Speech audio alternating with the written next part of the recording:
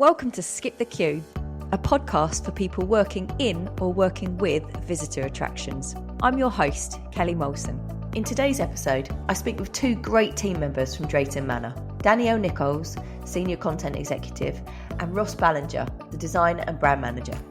We discuss the complex rebranding process and how building a great social media community can mean your fans having your back when it comes to big change. If you like what you hear, you can subscribe on all the usual channels by searching Skip the Queue. Woohoo! I've got Danielle and Ross from Drayton Manor on the podcast today. Hello. Hello there. Very excited to be here. I love how excited you are. I'm just talking, listeners. Danielle and Ross are literally the most pumped guests I've ever had on the podcast. That's it. We better live up to that now. I know, right? They've got a snazzy Drayton Manor background behind them, which is looking fierce. But as ever, we're going to start with our icebreaker questions. Imagine that you're just down your pub with your mates. This is how I need you to feel with the icebreaker questions. Yeah. All right. Get a few beers in. Ready? Yeah. What are you most likely to buy when you exit through the gift shop? Pin badge, I reckon. Pin badge. Always. Yeah, I've got a little pin badge collection. Oh, I like this. Ross? Yeah. I'm very similar. I'm fridge magnet. Yeah. You can't go wrong with a fridge magnet. No.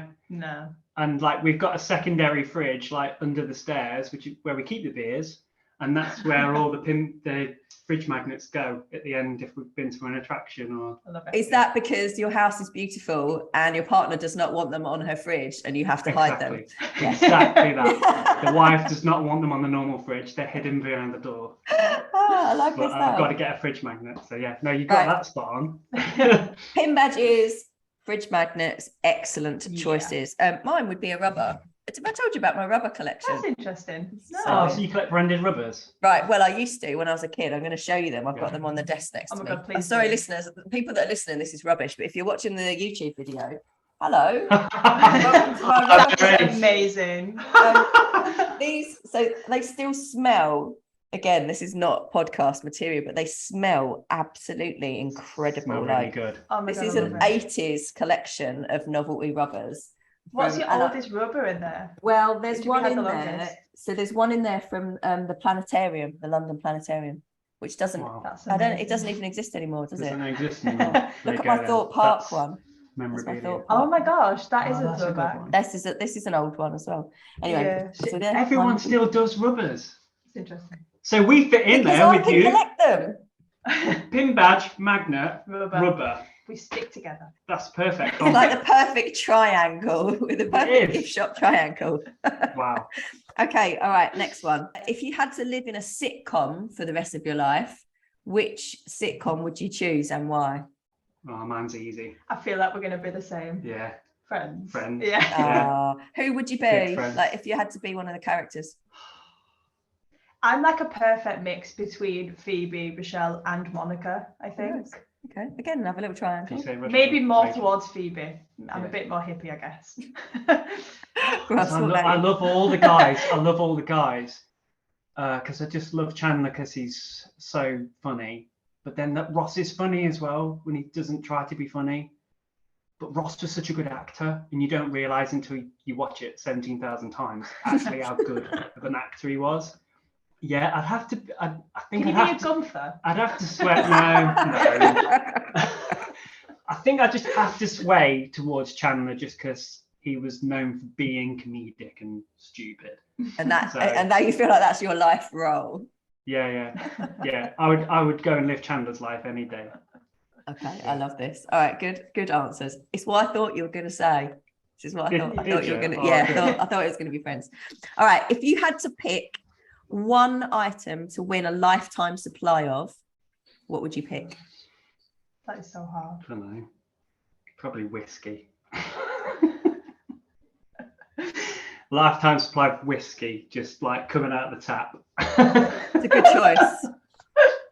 I genuinely don't know. That's really, really hard. It's got to be food or drink. Yeah, it's got to be like crisps or something like that. Yeah. Like you can't beat a crisps and dip combo. Like, what about crisp sandwich? How do we feel about crisp sandwiches? Oh, I'm not sure about that one. What?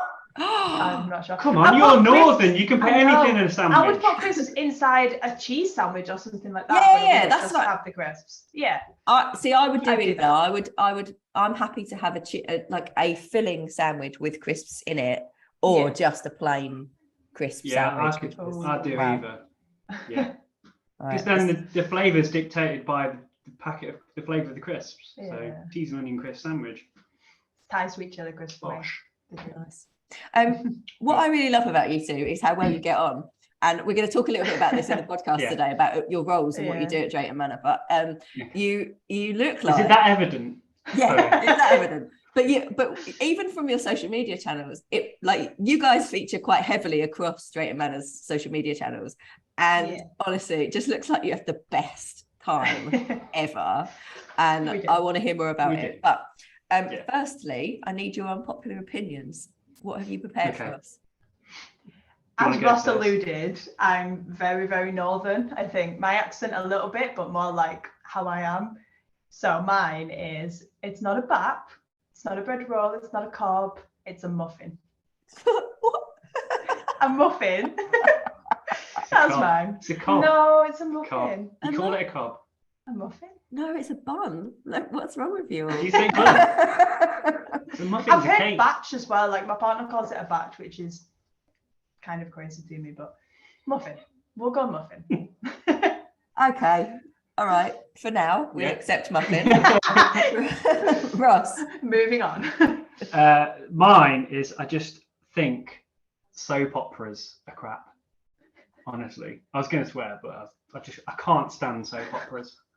And I know there's a lot of people out there that love them, and but I just can't. I can't watch them. I just think they're so depressing. And if they're on, if I accidentally get home and it's like the channel's on where it's on, I get anxious and I have to find the remote as soon as I can to turn it off. What a waste of your life. What a waste of time. Honestly, hours and hours. And you had that up over a week and a year. I know. Think what else you could be doing. Honestly, if I turn one on now by accident, it's the same actors that were in it 20, 30 years ago. And think, what have they done with their life as well? These are excellent unpopular opinions. Listeners, please let me know if you agree or disagree. Thank you for preparing those for us today. I appreciate it. No problem. Right. Tell me, so you guys work together. Tell me a little bit about like your roles and what you do there. So my title is Design and Brand Manager. So I'm technically like lead designer for the resort and the brand guardian. Look after the brand guidelines. So yeah, I'll produce with me and my little team everything that goes out graphically or visually across all the channels, website, printed media. So yeah. Cool. You definitely underplayed yourself. Did I? Yeah. You do much. Like you say your little team, you and one other person, you smash everything. That is a lot of work. That's a lot of work. It is. Because if you think in the industry, I can imagine people on kind of like parallel with us would have bigger teams, bigger resource. Because we're basically like Drayton Manor is a massive entity. It's not just a theme park, it's a hotel as well. It's a zoo. Then we have Thomasland, which could be considered as a separate entity. So they're like four, what I consider as four blue chip clients. Yep. And then we operate as like a little agency within the resort that looks after all those. But then you've got the resort's departments as well, which could be classed as a client. So you've got catering, retail. They're the big ones that are going to be off my head. But they're like, they all have their kind of graphical requirements as well, design requirements. So yeah, it's a massive entities and we look after it all. And how many did you say there's two? There's two of you. There's two of us, yeah. That's mad. That is mad. So you are, yeah. So I think I really resonate with this because I obviously come from an agency background. I set up my agency nearly 20 years ago. I feel ancient, but you know that what you're doing is you are essentially like a mini agency with loads of clients and two of you. It's crazy. So I can imagine it's quite stressful, but also lots of fun because you get to work on a lot of variety. Oh, very varied. Yeah, every day is different. And that is not just a cliche that you can just say. literally every day is so different, because it's an exciting company as well, where there's new things happening all the time, constantly evolving strategies, or new things come in and go in. So yeah, it's very varied. Danielle, that's what I love about it. Tell me, and how, like, what's your role? Because the two of you do work quite closely together as well, don't you? Yeah, we do. So my role is, the title is Senior Content Executive.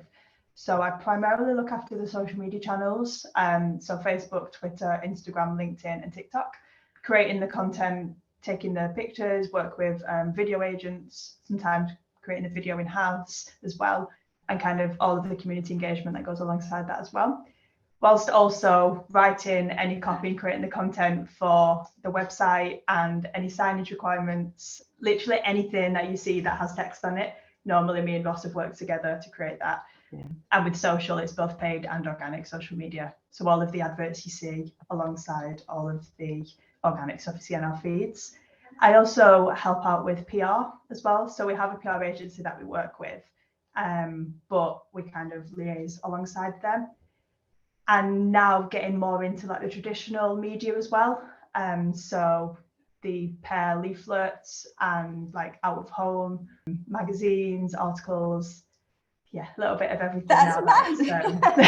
I love that you were just glossing over like elements of your job that I'm like, that's a whole person's job there. Like, yeah. And we do, the social, community building, and we do this bit and this bit. I'm like, wow, yeah, there's a lot. So I think that goes to show, even with, we talk to attractions of all kinds of shapes and sizes on this podcast, and I think it just goes to show that even with an attraction that is a big attraction, and it's perceived to be a very big attraction, actually you're working with really small teams here, and there's a lot on each person's shoulder and a lot of responsibility, and I think it's really important that we highlight that you're doing a lot there. But the extended team is really good as well. We've got really good team members, so like the rapport across the whole team is very, very tight.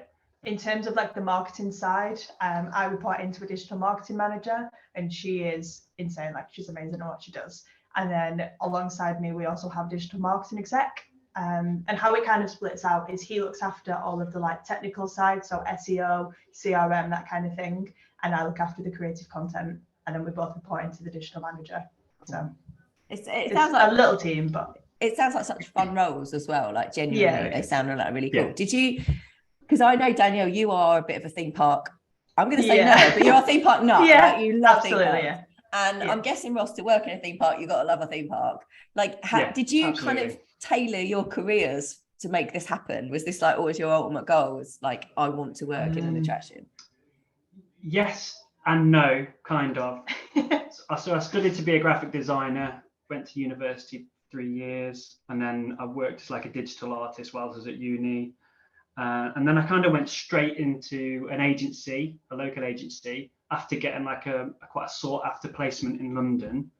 And then I worked for an agency for like nearly 9 years. So I kind of like learned my craft there, really. Worked my way up from a junior up to like a senior creative. And I kind of ended up looking after all the top clients there as well. But it kind of like almost 9 years was kind of like enough. And I knew I wanted to go in-house, because it was at that kind of time, there was a bit of a boom of like companies and clients getting kind of in-house designers, because they knew how cost effective it would be to have your graphic designer in-house.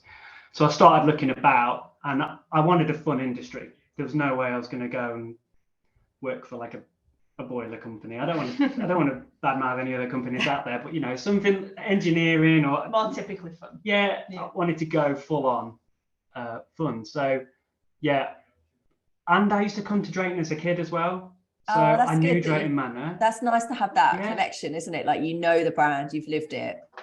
I've got pictures of me around the park when I'm like 7 or 8 with like my mum and dad. So I have that kind of like nostalgic connection. And I was a big Thomas fan as well when I was a kid growing up. So Thomas the Tank Engine, I had the wallpaper, had the bedspreads, loved the episodes.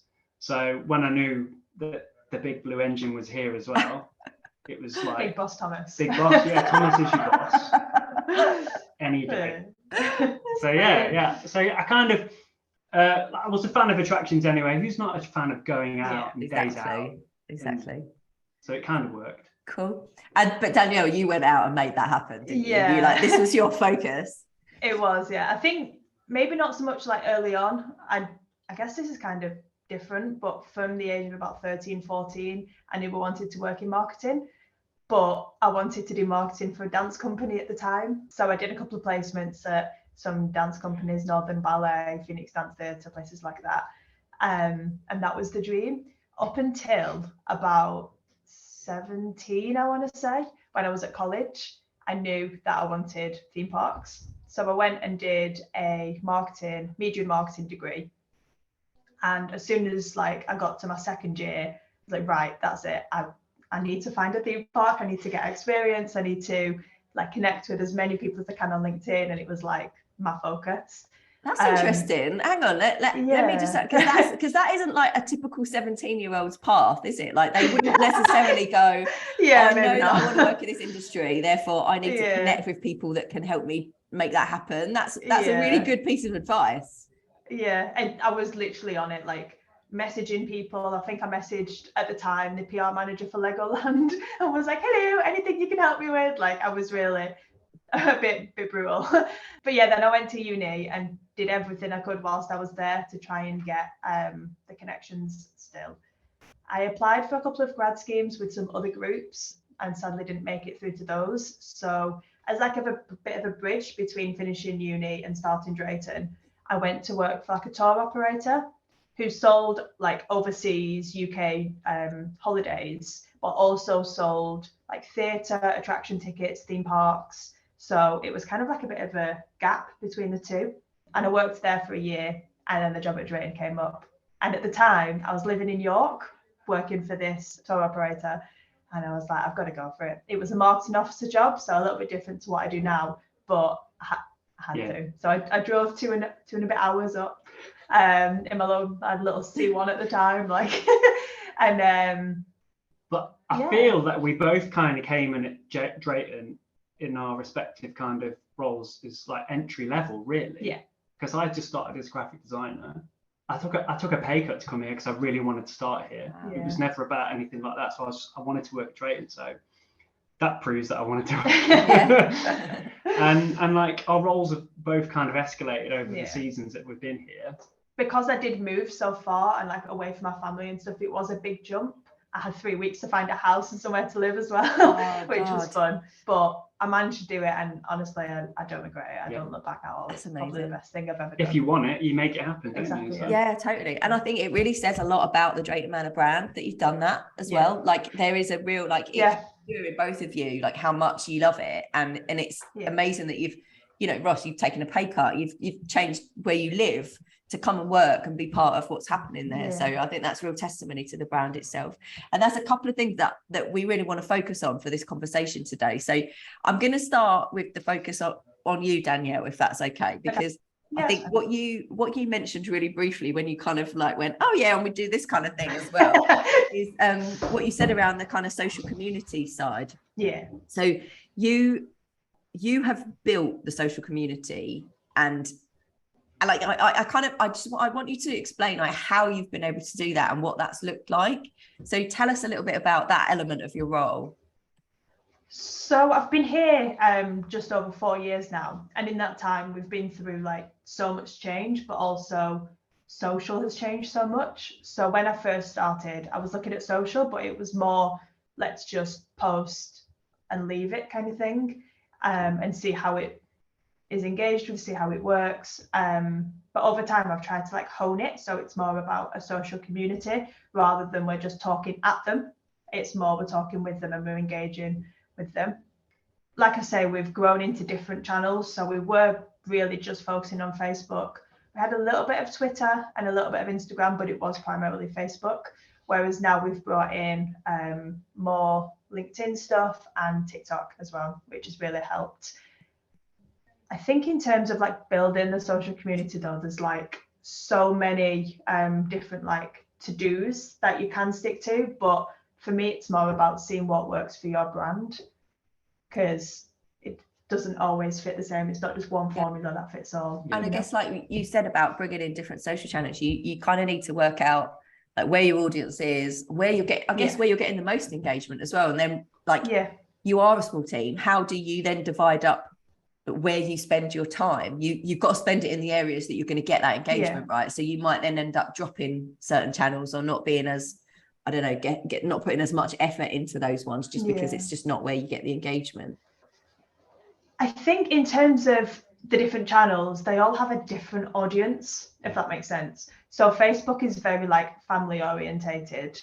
You get the grandparents, the mums on there, whereas Twitter is like theme park fans and kind of a slightly younger, it's very conversational. TikTok is kind of younger, but it's the demographics on there are shifting slightly to be kind of everyone at the moment, like because it's where all the trends are and things. There's a big range. Our audience on there is like 13 to maybe like 35, 40 upwards. So it is very varied. Instagram is like a mix between Twitter and Facebook. So you do get the families and the mums on there, but then you get the theme park fans that just want to see pictures of roller coasters, you know? And with the introduction of Reels as well, that's kind of trying to tackle TikTok. So that's really important. And LinkedIn is like corporate.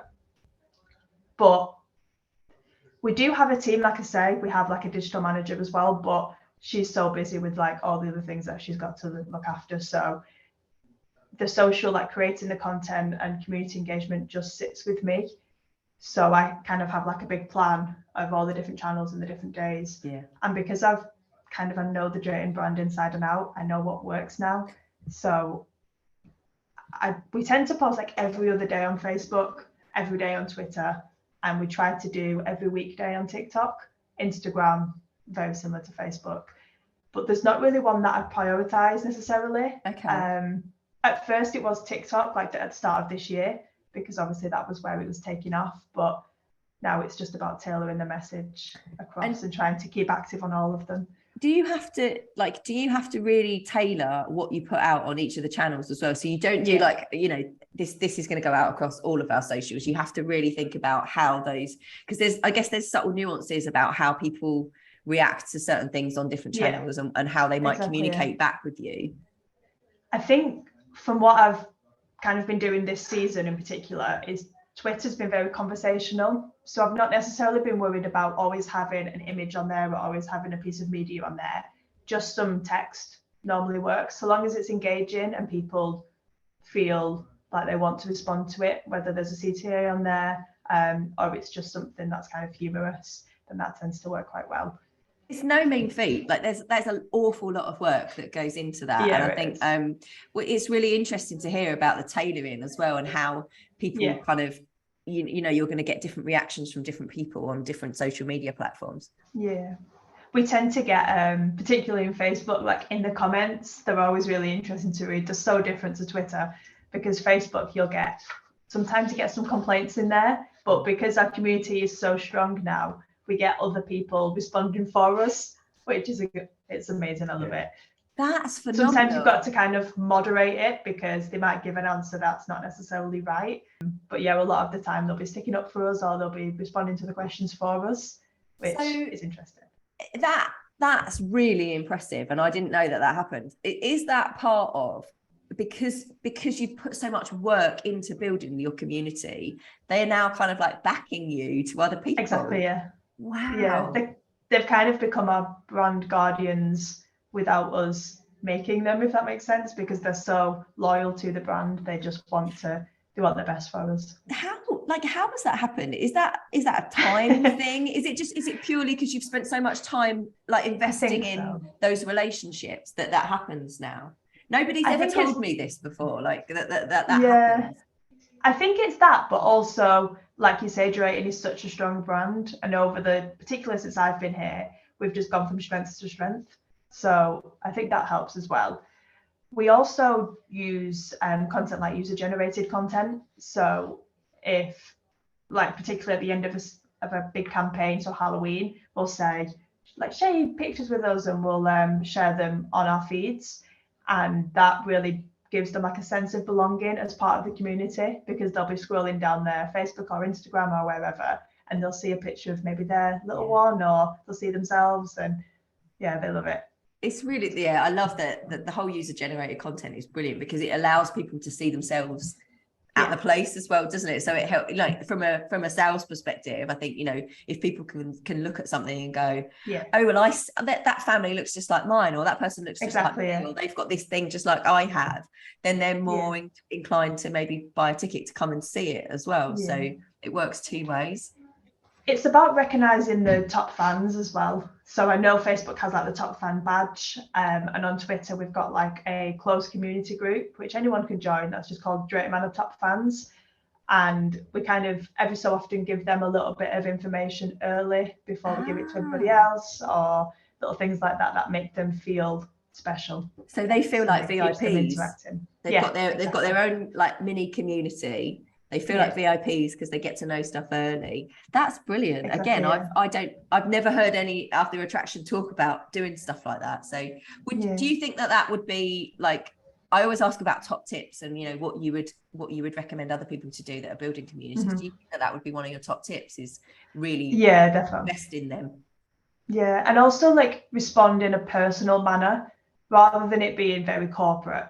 Include your tone of voice wherever you can, and make sure your tone of voice is dead on point according to your brand guidelines, but also be bold and brave. We always say that, don't we? Bold and brave, yeah. Like, if you kind of sway away from your brand guidelines slightly in order to respond, particularly on Twitter, it works really well. Then don't worry too much about that. It's okay so long as it's in keeping with your values, then and that's okay. It's evident out there as well with all the other big companies, and it Exactly. becomes a news story, doesn't it, when you get supermarkets battling on Twitter, and it's exposure and engagement at the same time. It's great. That's another really important thing. Yeah, people love it. They want to know about brands help. They want to know about the people behind the brands, don't they? And then if they realise that your brand face, actually there's a human behind it who's got a sense of humour, I think that goes a really long way. We talked That's what we try and do. You do it perfectly, because I love your Twitter chat. You've got a great Twitter chat. We talked loads about brand today, and that kind of leads me on to what I want to talk to you about, Ross, which is the Drayton Manor brand itself, because I think I might have got this wrong, but it's a 70-year-old brand. So Drayton Manor is about 70 years old. Yeah, 1950 was when it first came about. The Bryan family started it in the 1950s. So George Bryan Sr. kind of had this vision to create, an inland pleasure resort for the local community. And I guess in short story, it escalated from there. And we've got a book all about it. In the shop. So we owe a lot to the Bryan family, really, for escalating such a tiny little brainchild into like a massive attraction that we are today. So the rebrand, I can remember thinking that we needed to rebrand years ago though, when I first started, because I think it's just one of those that was a little bit, I don't want to say anything bad about it, but it needed to change. It was a little bit dated. It's a bit archaic, wasn't it? Yeah, it's a bit archaic, and I mean, it stood the test of time, and it did a good job, and So how long had the existing brand been in place before you got your mitts on it? I think that the last logo that we had was probably in place for about 20 years. Okay. I think it's early 2000s, the last logo. And I can imagine like slight variations, wasn't there? Yeah, there's always a few modifications on it. But I can imagine that things had changed quite dramatically over those 20 years as well. So, you talk about the need for a rebrand, it was really needed. Yeah, absolutely. Okay. And when did you first, what I always think is quite interesting is how long some of these things takes, because I think that people don't fully understand how long a rebrand can actually take you. So can you remember when those conversations first started? It's always been, since I started, it's always been like a project that was like a pinnacle project that we always wanted to try and get onto, but in terms of like budgets and time, we definitely never got around to it. Obviously, it came to the point, I think it was November 2021, when we kind of first sat down and said, let's now is the time to do it. Yeah. Because obviously we were bought out by a big company, Looping Group, and it was the perfect opportunity to do it. Obviously, like a new era. Yeah. So it made perfect sense. So when did you launch it? So November, you sat down and went, right, November 21, we're going to do this. When did it actually launch? Literally 2 minutes later. 6 months. 6 months. 6 months. Yeah. We put up like a brand team together, firstly. And obviously, because we're such a small in-house team, we knew that we needed some help. So we got agency help, and we got local agencies to pitch in kind of their best processes. So they were kind of the experts in doing it, and they knew that what protocols and procedures to go through. And we chose a really talented local agency in Birmingham. Yeah, started the project in 21 and like launched it 6 months later. Wow. That's a phenomenal amount of work in 6 months. In kind of like, I don't know, design industry terms and the size of the business, that's no time at all. No, really. It's not. I honestly thought you were going to say we started talking about this 3 years ago and it took like 2 years. It was a 2-year process. The best thing is that we were doing that alongside launching our brand new Vikings area. Oh my gosh. So we've got three new rides to launch. We were launching a new website at the same time. We had a new booking system. New ticketing system. Oh wow! As well as the regular day-to-day work and seasonal campaigns to kind of market. It was literally like all Christmases come at once. It was. Everything we'd wanted for so long. All at the same time. There you go. Like, you can have it. You can have it all, but you need to do it in this amount of time.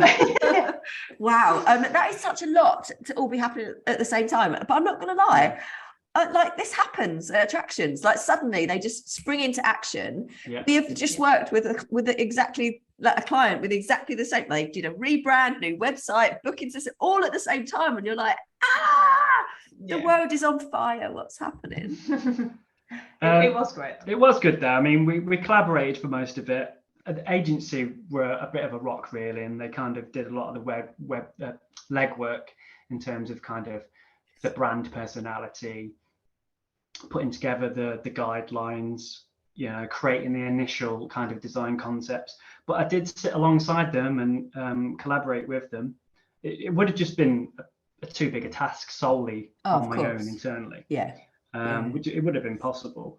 But I'd like to think I had a lot of input, inspirational design ideas along the way that probably helped chisel the final outcome and the look of the brand that we've got now. Just logos in itself, you had sheets and sheets of logos, logo concepts and variations. But I know I wanted something that was super flexible in terms of composition and layout, because I know kind of what I created before was it was archaic, but it was flexible. It would work on all different platforms. And then the kind of the typeface that we chose for the final logo was one of my early kind of typefaces that I pitched in. And the swirl, that was kind of one of my babies. That was one of my original concepts. So I always wanted to push that. Yeah, I love that. But that's what makes for a good agency client relationship, is that you do collaborate. Like that's how it should be. And they obviously nailed it. And I know that you would have had like so many stakeholders involved in this process as well. So I can imagine how big a challenge that was to actually come to a final, this is what it's going to be like, and everyone be happy.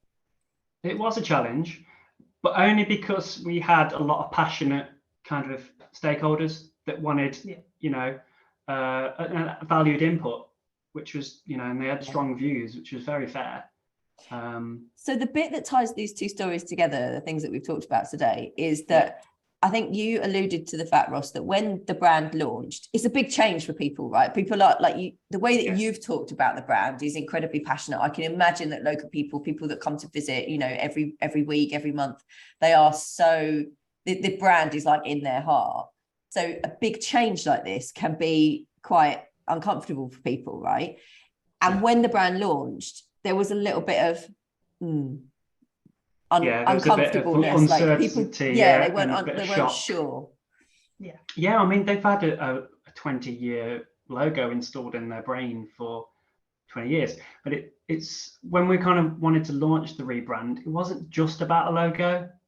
I mean, we kind of did focus on the logo, probably in hindsight more than we should have, I think that was maybe a bit of a learning curve, particularly like on social. The asset that we used was the old logo going into the new logo, which we thought was great. Yeah. But then when we put it out, we were like, actually, maybe we should have focused more on, like you say, brand personality and visions and values rather than just the logo. Because the end user hasn't really seen the 6 months of graft that's gone into creating that. And we did portray it in like 5 seconds. Yeah. So they just get hey, this is new, you should love it, but they haven't understood about the process of why you've done certain things and the decisions that have been made. We had a blog which like explained it all perfectly, but you had to click through to the blog. People didn't necessarily do that. They just saw the logo and keyboard. But I kind of like the journey we went through, because the people that didn't actually really like it at the beginning and really just sacked it off straight away, they're the people that have kind of warmed to it now and seen it in execution and how adaptable it is and how we can get our messages across. And the fact that they love it now, and I love that we've turned them around. So, because the main thing we were trying to do really is come away from fun family memories and turn it to fun for everyone. So that was like the main message that we wanted to portray, particularly on the social channels and in brand in general. But I think going forward, we're definitely going to achieve that. But it's quite interesting, because I think like what you talked about earlier, Danielle, your social community, they would have played a big part in this when you launched it. And so if you, I guess it would have been harder if you hadn't have already built those relationships and kind of nurtured that community. Launching something like this would have been 1,000 times more difficult than actually, all right, there was a bit of a bump in the road, but it wasn't the end of the world. And people, like you say, are now warming to it and loving it. Would that have happened if you hadn't have put all that work into the social community aspect? Possibly not. I think, like I said earlier, there was a lot of people, they had our backs. So there was people like, this is like being very negative. But people were responding saying, look, they have to move forward. They've been through this, that, and the other. They have to move forward, see the positives. I think as well, probably because we've got such a good social community, they felt comfortable with saying what they thought about it, being honest. Yeah. Which helps, because we do run focus groups beforehand as part of like the rebrand process with suppliers, annual pass holders, staff members, like literally with so many people. But until it's out there, you're not necessarily going to get that big, full, wider picture. So it did help us with how we're going to move forward with the rebrand as well, looking at their feedback, which was good. So you actually took some of their, so obviously from the focus groups, you would have taken on board some of the input that you got from those. When it launched, was there anything that you took on board from the feedback that you were getting at that point that you could kind of look to not necessarily change, but I guess look at the ways that you implement it in a different way? I think the main thing was, like we said, the logo situation, because everyone was so focused on the logo. We knew that moving forwards, as we were going to kind of explore the brand even more, we had to make sure it was about the imagery and the personality, and including the strapline there and things like that, rather than, I think that learning curve definitely came from the feedback. Yeah. Brilliant. It's such a huge project to go through a rebrand, and I think there's always that anxious moment when you unveil it to people and they go, it could be a bit Marmite, right? But I think the way that it's been managed, that's the important part of this story, really, and that comes back to, again, it all fits together about how the two of you work together as well. And I think that's quite an important aspect to take away from this podcast episode as well. It's like, it's a team. This is a team thing that happens here, and it's not just about one person. So, the brand has launched, and then suddenly it's all on Danielle's shoulders to deal with all the stuff that's coming back. This is a team. No, it cascaded all the way through the company, didn't it? Yeah. People would be like, even like engineers and everyone and HR, they were like, they kind of felt the same kind of it's almost a little bit of disappointment that the reaction wasn't amazing, but we all like, everybody felt it. Our director of people bought us a box of Krispy Kremes in the office that day. And was like, there you go guys, are you all okay? He did. We were like, so good. But there's obviously like horror stories of brands doing this and like reverting back. But we were keen. We knew that we got something that was amazing that we were going to stick to, and once we knew we could roll it out, that it was going to flourish. So we're just glad that we stuck to our guns and just weathered the negativity at the beginning, and now people love it. It's good. Like it's a happy we have ending. people coming over us, don't we? It's good. Kind of saying, "Oh, I wasn't sure at first, but now we love it." See, and that's what you want, right? You want it to be loved by everybody that sees it now. It's brilliant. You just reminded me of something that I saw a few weeks ago. Have you seen the video that when Staples changed their logo? Yes. That's just like, as you were talking about it, I was going, oh my God, I watched that last week and it's so great. It was just like, and they were like, wow. Wow, look that's amazing. And it's like, I didn't think it was amazing either, but like I just felt really sorry for the whole team being forced to like clap it and your logo. Oh dear, if that's what they thought brand was. I loved it. I just think that's how you should do it, even if it is a bit cringy. I thought it was hilarious. What they've done is open up the staple in the logo and put it on the side, but sometimes that probably would have cost them. That would cost them an arm and a leg just to do that as well. So much time. It's like a massive build up to that happening as well. And I was a bit like, wow, there's just like a massive anticlimax. I loved everything about it, honestly. The next rebrand, that's what you'll be doing, Ross. Everyone in the attraction, you'll launch it on a big screen. I think what you've done and what you've achieved is phenomenal. Thank you for coming on the podcast and talking to me about it today. I really appreciate it. As ever, we always ask our guests if they've got a book that they love that they'd like to share with our audience. So you can pick one each. I think for me, and going back to me being a theme park nerd, this ties in very well. John Wardley, I know, right? John Wardley, who is like a big theme park, like mainly roller coaster designer. He's done work for Merlin, for Portaventura, Oakwood, like so many. He was really, really big. He worked on things like Nemesis, Oblivion, Katanga Canyon, Alton Towers, Megaphobia at Oakwood. He had like an autobiography called Creating Your Nemesis, which basically spanned through his life of how he got into the theme park industry and where he kind of went through. And it's very like story-based and anecdotal, but it was really inspiring and helped me kind of create the courage to knock on doors and do that kind of thing. Oh, I love that. Great book. Bit cheesy, but no. See, that's a really good response to the question. See, I'm a designer, so I don't really read. I can read, but I just don't read. I'm very visual, as you can imagine, so I'm just not a fan of reading. I prefer to just scroll through Instagram and TikTok. but I have read books in the past. I remember one book that I think is probably the only book I have read was The Da Vinci Code by Dan Brown. I think it's Dan Brown. But that's only because I was interested in Leonardo da Vinci, who was obviously a scientist or he was a bit of an artist and an architect. So I was kind of interested in his theories and kind of his man. Vitruvian Man, I think it is. So I was more interested in his works, really. So I would probably say that. Other than that, I do own every book by Jamie Oliver. So if a cookbook works. I don't know if you should be sharing that. So yeah, I love Jamie Oliver, 5 ingredients, 30-minute meals. Brilliant. Right. Jamie Oliver gets a bad rap, and I don't really know why, because he seems like a nice guy. We're going back to unpopular opinion. Well, I think we should, but also a little story in that I live in Saffron Walden, right? Jamie Oliver lives 5 minutes around the corner. It's down the road. He goes to the market in my town every Saturday and goes and buys like. I'd love to meet him. You'd be there for selfie. Well, Ross, join the queue. I'd love to meet him. I've lived here since 2019. I've never seen him once. All my friends have seen him. And now it's like a thing with them. They're like, have you seen him yet? Have you seen it? No. And I feel like I'm not a Jamie Oliver stalker. Like I'm not. I just would like to live in the town and be like, oh yeah, sorry. Yeah. I've never seen him. My mum has been messaging me once and been in, like she's been in a cafe in Saffron Walden and been like, I think Jamie Oliver's on the table next to me. I'm not sure if it's him though. He looks. I don't know if it's a fat version of Jamie Oliver or if it's actually. Oh no, it's Jamie. It's Jamie Oliver. Oh no.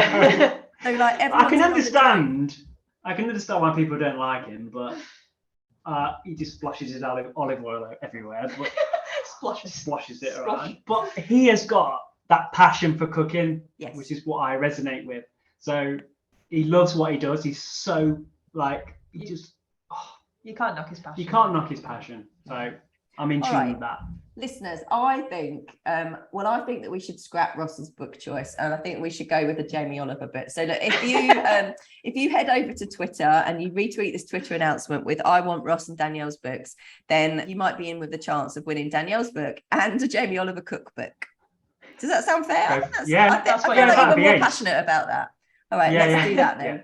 Thank you. It was lovely to have you both on. I've really enjoyed it. Thank you. And also thank you for the lovely little tour that I got of the new Vikings area at Drayton Manor when you hosted the UK Theme Park Awards earlier this year. It was awesome. It was amazing. I think that's where you spotted us.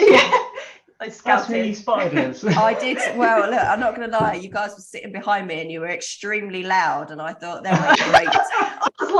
Great podcast guests. We're like whooping everyone. We had so much energy that day though. I think I was knackered by the end of the day. I loved it. No, you hosted it perfectly. It was a brilliant event, and but the attraction is the new area is fantastic. So definitely go on, book your ticket, and go on and see that while you can. So thanks for coming on, guys. Thank you. Thanks for listening to Skip the Queue. If you've enjoyed this podcast, please leave us a 5-star review. It really helps others find us. And remember to follow us on Twitter for your chance to win the books that have been mentioned. Skip the Queue is brought to you by Rubber Cheese, a digital agency that builds remarkable systems and websites for attractions that helps them increase their visitor numbers. You can find show notes and transcriptions from this episode and more over on our website, rubbercheese.com/podcast.